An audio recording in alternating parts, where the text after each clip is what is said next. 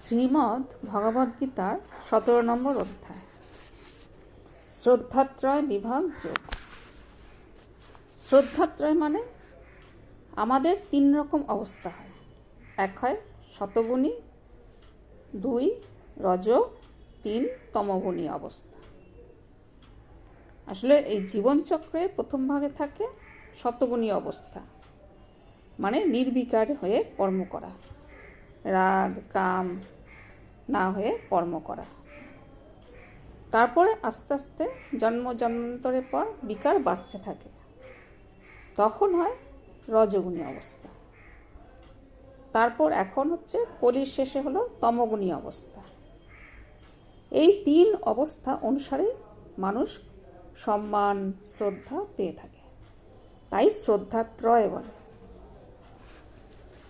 2 নম্বর শ্লোকে ভগবান বলছেন, স্বভাবজ 3 নিষ্ঠা শ্রদ্ধা সে দেহির। 3 অবস্থায় মানুষের স্বভাব হয়। দেহের মধ্যে যে দেহি মানে মন আত্মা, সেই স্বভাব অনুসারে কর্ম করে থাকে। যার যে বা শ্রদ্ধা হয় গুণের কারণ, মানে ঈশ্বরের গুণ যে যেমন ধারণ করে সেই মতন স্বভাব হয়।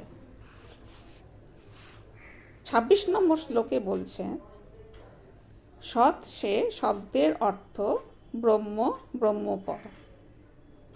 সৎ মানে ঈশ্বর, বলে না ঈশ্বর সত্য, সৎ চিৎ আনন্দ, চৈতন্যই সত্য, আর তাকে জানাই হলো আনন্দ, পরম আনন্দ, তাই বলে সচ্চিদানন্দ। আমাদের এই ব্রহ্ম হলো আমাদের 3 লোকের উপরের লোক, সেখানে সব মনের আত্মা অবস্থান করে, তাই বলছে ব্রহ্মপর, মানে ব্রহ্মের উপরিভাগ। সে উদ্দেশ্যে যত কর্ম সব ব্রহ্মপর।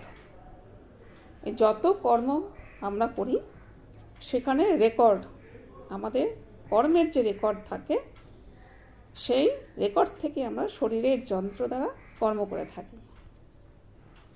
যত যজ্ঞ দান তপ কার্য এই আত্মাকেই কেন্দ্র করে, আত্মাকে উদ্দেশ্য করে করা হয় এবং আত্মাকেই শুদ্ধ করা হয়, তাতেই এখানে শরীর শুদ্ধ হয়। যত লৌকিক বৈদিক কর্ম সবই ওই ব্রহ্মের আত্মাদের উদ্দেশ্যেই অনুষ্ঠান পালন হয়। বৈদিক কর্ম মানে ভগবানের সর্বোচ্চ জ্ঞানের দ্বারা যে পরিবর্তন, তা হলো বৈদিক কর্ম, মানে মানসিক পরিবর্তনের যোগ্য। তা হয় সাধনার মাধ্যমে হয়ে থাকে, অভ্যাসেই পরিবর্তন হয়। আজ এই পর্যন্ত, ধন্যবাদ।